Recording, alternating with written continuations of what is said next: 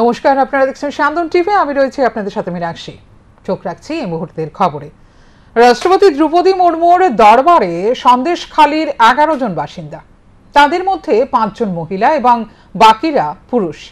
রাষ্ট্রপতি কিছুক্ষণ তাদের সঙ্গে কথা বলেন। ভয়াবহ অভিজ্ঞতার কথা শুনে দুঃখ প্রকাশ করেন মুর্মু। এর আগে বারাসাতের সভা শেষে প্রধানমন্ত্রী নরেন্দ্র মোদীর সঙ্গে দেখা করেন সন্দেশখালীর বেশ কয়েকজন মহিলা। নারী দিবসের আগে মমতার সভামঞ্চেও দেখা গিয়েছে সন্দেশখালীর মহিলাকে। Centre for SC/ST support and রিসার্চের ডিরেক্টর ডক্টর পার্থ বিশ্বাসের সঙ্গে রাষ্ট্রপতি দ্রৌপদী মুর্মুর কাছে যান সন্দেশখালীর বাসিন্দারা।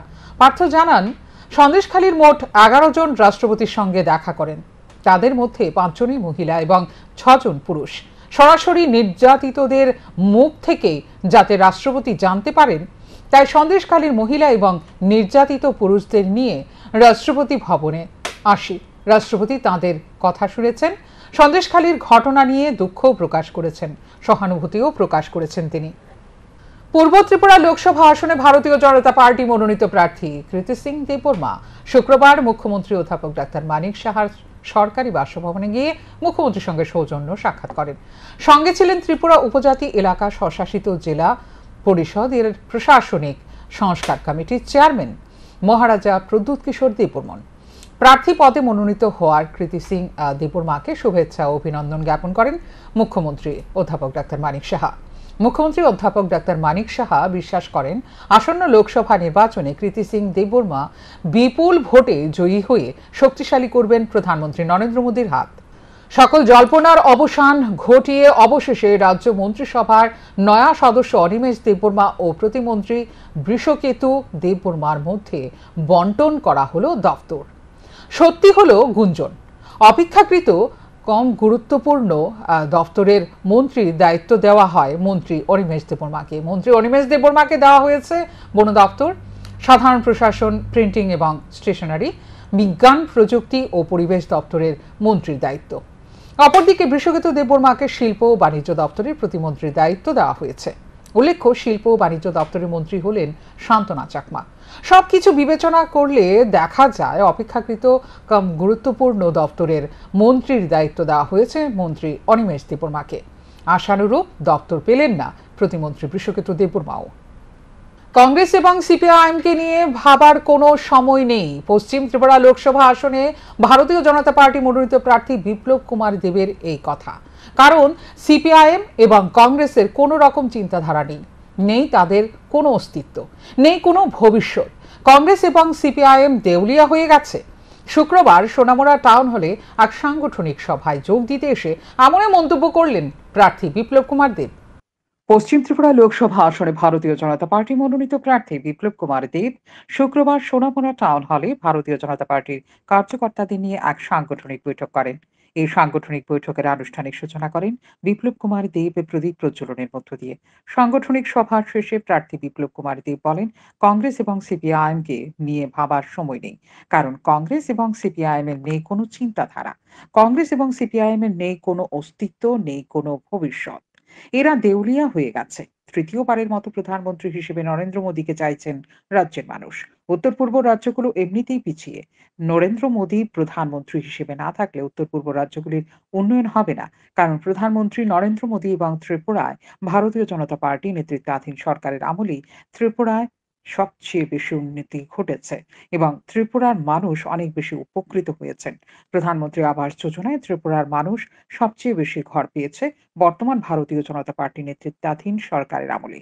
সারা ভারতবর্ষের মতো ত্রিপুরাও কোনো ব্যতিক্রম না। মানুষ নরেন্দ্র ভাই মোদীকে চাইছে। আমি ভারতীয় জনতা পার্টির পশ্চিম ত্রিপুরার প্রার্থী।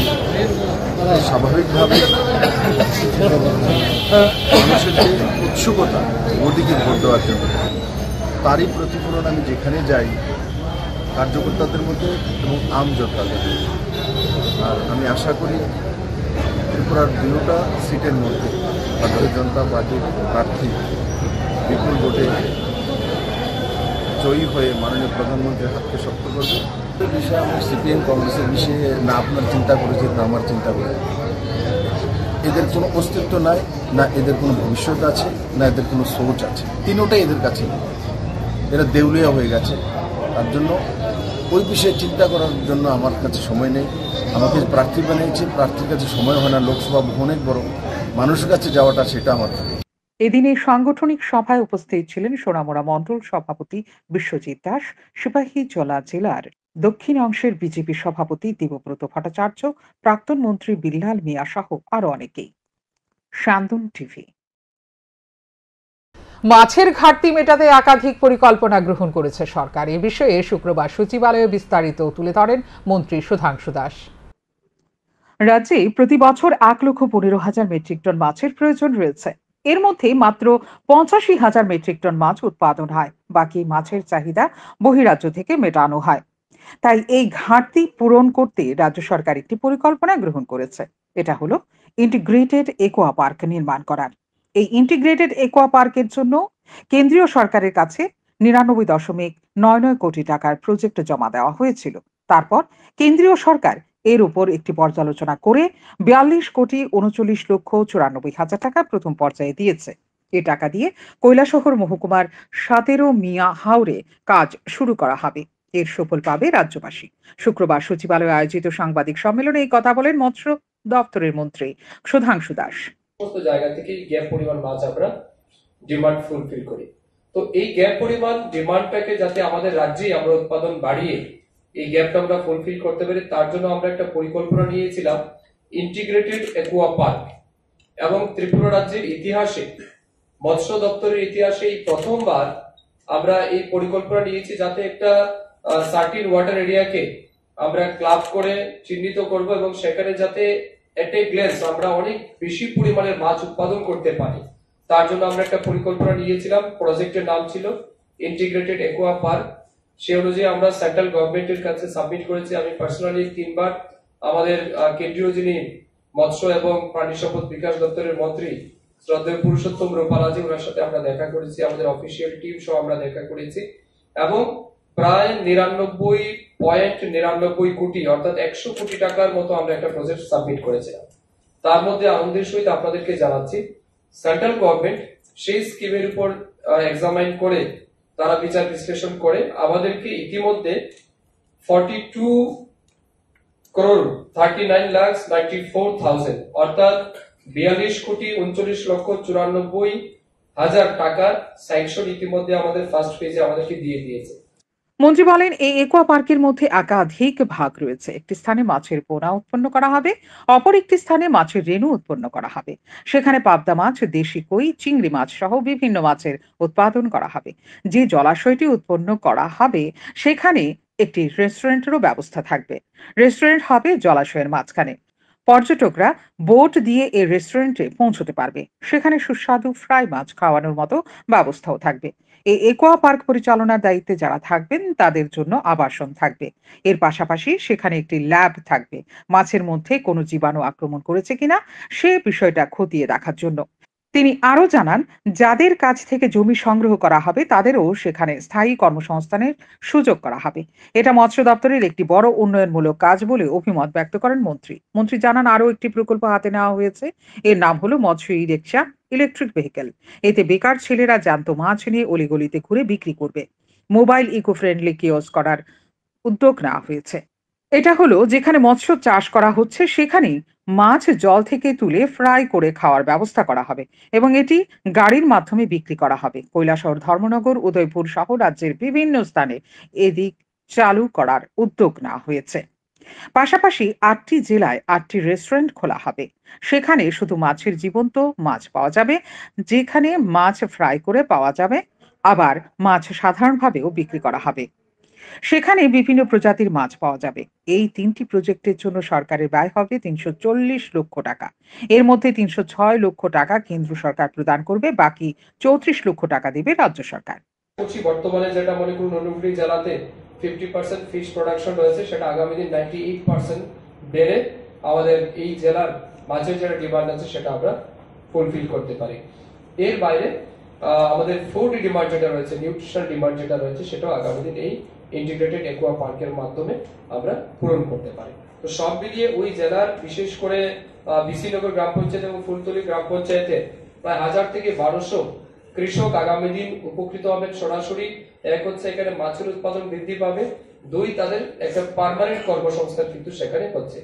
যাদের কাছ থেকে আমরা জমি লিজে নিচ্ছি তাদের সাথে আমরা এগ্রিমেন্ট এরকম রয়েছে যে তাদেরকে একটা লিজ অ্যামাউন্ট যেমন দেওয়া হবে, এর সাথে সাথে তারা যেন এই ইন্টিগ্রেটেড একুয়া পার্ককে কেন্দ্র করে আগামী দিন তাদের পরিবারের যাতে একটা পার্মানেন্ট কর্মসংস্থান হয় সেটাও কিন্তু আমাদের এগ্রিমেন্টে আগামী দিন থাকবে। তো এটা একটা বড় ডেভেলপমেন্ট আমাদের ফিশারি ডিপার্টমেন্টের রিসেন্টলি যেটা আমরা করেছি, এটা আপনাদেরকে বললাম। সেকেন্ড আরেকটা প্রজেক্ট আমি আপনাদেরকে বলতে চাই, আরেকটা এই যে ইন্টিগ্রেটেড একুয়া পার্ক যেটা আমি বললাম, এটা হচ্ছে প্রধানমন্ত্রী মৎস্য সম্পদা যোজনা এই স্কিমের আন্ডারে 90:10% রেশিওতে এই যে টোটাল অ্যামাউন্ট আমরা ফার্স্ট ফেজে পেয়েছি প্রায় 32,39,94,000 টাকা, তার মধ্যে 38,15,95,000 টাকা সেন্ট্রাল গভর্নমেন্ট আমাদেরকে দেবে, আর 10% স্টেট শেয়ার হিসাবে 4,23,99,000 টাকা আমাদের স্টেট বাজেট থেকে বা স্টেট ফান্ড থেকে আমরা সেটা প্রোভাইড করব। হয়তো সে বর্তমানে বেকার, আনএমপ্লয়েড, তো তাকে মানে আত্মনির্ভর বা স্বনির্ভর করার জন্য আমরা পরিকল্পনা নিয়েছি। এরকম আমরা 20 ইউনিট আমাদের রাজ্যে আপাতত আমরা ফার্স্ট ফেজে প্রোভাইড করব। তারা জীবন্ত মাছ নিয়ে, গাড়ির মধ্যে জীবন্ত মাছ নিয়ে তারা আপনার বাড়িতে বা গলিতে তারা ঘুরবে এবং মাছ বিক্রি করবে, এবং যে কোনো জায়গাতে তারা যেতে পারবে, সেখানে ইলেকট্রিক ফ্যাসিলিটিও সেই গাড়ির মধ্যে থাকবে।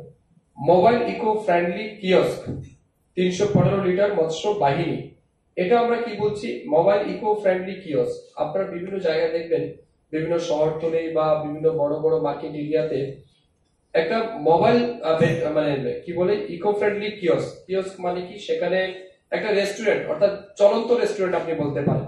সেখানে মাছ, জীবন্ত মাছ একটা জায়গা থাকবে যেখানে 315 লিটার জলাশয়ের মধ্যে জল জায়গা হয়, এমন জায়গার মধ্যে জীবন্ত মাছ থাকবে।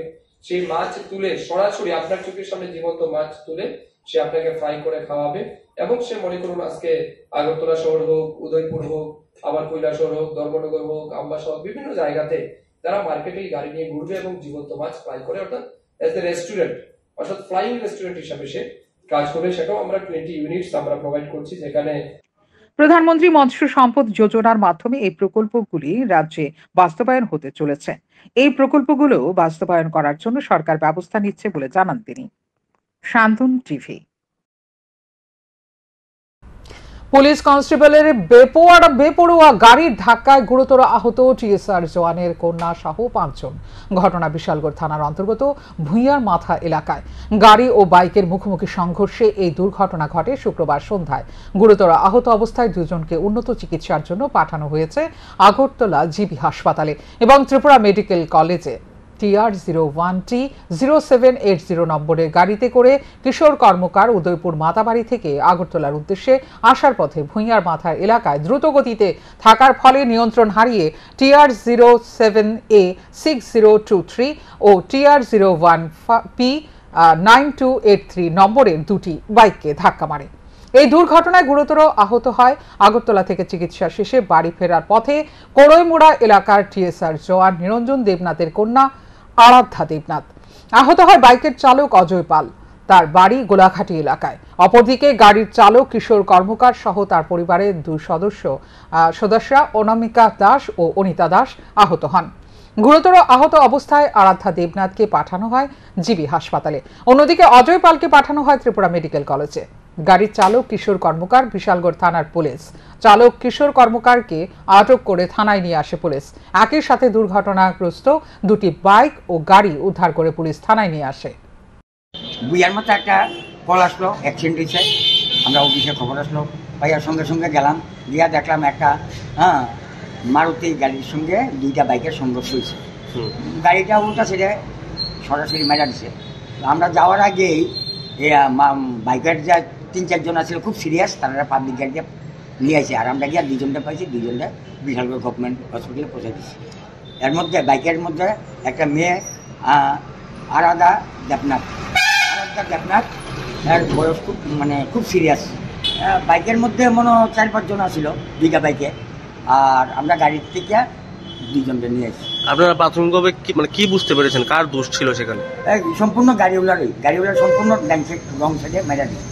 অল্পেতে রক্ষা পেয়ে গেল আগরতলা প্রেস ক্লাব সংলগ্ন ডক্টর বি.আর. আম্বেদকর ছাত্রী নিবাস সহ গোটা এলাকা। রাস্তার পাশে বিদ্যুৎ পরিবাহী তারে শুক্রবার সন্ধ্যায় আচমকাই অগ্নিসংযোগ ঘটে। অগ্নিউৎপাতের সঙ্গে সঙ্গেই আগরতলা প্রেস ক্লাবে উপস্থিত সাংবাদিক, চিত্র সাংবাদিক এবং এলাকাবাসী ছুটে আসে আগুন নিয়ন্ত্রণে নিয়ে আসার জন্য। খবর দেওয়া হয় অগ্নি নির্বাপক দপ্তর এবং বিদ্যুৎ নিগমের কর্মীদের। বিদ্যুৎ নিগমের কর্মীদের পাশাপাশি ঘটনাস্থলে ছুটে আসে অগ্নি নির্বাপক দপ্তরের কর্মীরাও। সার্বিক প্রচেষ্টায় বড় ধরনের কোনো দুর্ঘটনা ঘটেনি। নিজ ঘরে আগুন দিয়ে পলাতক মালিক বলে অভিযোগ। ঘটনা গামাইবাড়ি এলাকার আগুনের লেলিহান পাড়া প্রতিবেশীরা প্রত্যক্ষ করে আগুন নিয়ন্ত্রণে আনে ঘটনাস্থলে অগ্নি নির্বাপক দপ্তরের কর্মীরা। ঘটনার বিবরণে জানা যায়, গামাইবাড়ি এলাকায় শুক্রবার সায়ন দাস নামের 28 বছর বয়সী এক যুবক কোনো এক অজ্ঞাত কারণে আচমকাই তার বসত ঘরে আগুন লাগিয়ে দেয়। যদিও আগুনের তীব্রতা বৃদ্ধি পাওয়ার পূর্বেই ঘটনাটি এলাকার লোকজনের নজরে আসলে অগ্নি নির্বাপক দপ্তরের সহযোগিতায় এই আগুন নিয়ন্ত্রণে আসে। অভিযোগ, বাড়ির বসত ঘরে থাকা একটি খাটের মধ্যে অগ্নিসংযোগ করে সায়ন। আমরা একটা কল পাইছি গামাইবাড়ি ফরেস্ট অফিস উল্টার দিকে, বাড়িতে আগুনের ধোঁয়া আইসি, আয়া দেখলাম নিজেই মালিক, নিজের বাড়িতে নিজের ঘরে বলে প্রতিবেশীরা বক্তব্য করলো আর কি, নিজের ঘরে নিজে বলে আগুন লাগাইয়া বাড়িতে বেঁকে গেছে। নাম কি জানা গেছে? নাম হচ্ছে সায়ন দাস, 28 বছর। এলাকাটার নাম? এলাকাটা কালীটিলা। স্যার কয়টার সময় হয়েছে ঘটনা, কি আসবে? টাইমটা তো করতে পারতাম না। ক্ষয়ক্ষতির পরিমাণ? ক্ষয়ক্ষতির পরিমাণ একটা খাটের উপরে আগুনটা লাগবে, আগামী 18 মার্চ থেকে তৃতীয় উত্তর পূর্ব গেমস শুরু হচ্ছে নাগাল্যান্ডে। এই আসর চলবে 23 মার্চ পর্যন্ত। এই আসরে মোট 10টি ইভেন্টে অংশ নেবে রাজ্য দল। পুরুষ বিভাগে 95, মহিলা বিভাগে 31 জন খেলোয়াড় মিলিয়ে মোট 126 জন খেলোয়াড় এই আসরে অংশ নিচ্ছে। পাশাপাশি 25 জন অফিসিয়াল থাকবেন। 16 মার্চ বাধারঘাট রেল স্টেশন থেকে রেল যোগে নাগাল্যান্ডের উদ্দেশ্যে রওনা হবে রাজ্য দল। ফিরে আসবে 24 মার্চ। শুক্রবার এক সাংবাদিক সম্মেলনে এমনটাই জানিয়েছেন রাজ্য ক্রীড়া পর্ষদের সচিব সুকান্ত ঘোষ। আপনারা সবাই জানেন যে আমাদের থার্ড নর্থ ইস্ট গেম নাগাল্যান্ডে শুরু হতে যাচ্ছে 18 মার্চ থেকে 13 মার্চ, 6 দিন ব্যাপী চলবে। 23 মার্চ 6 দিন ব্যাপী চলবে এই খেলা।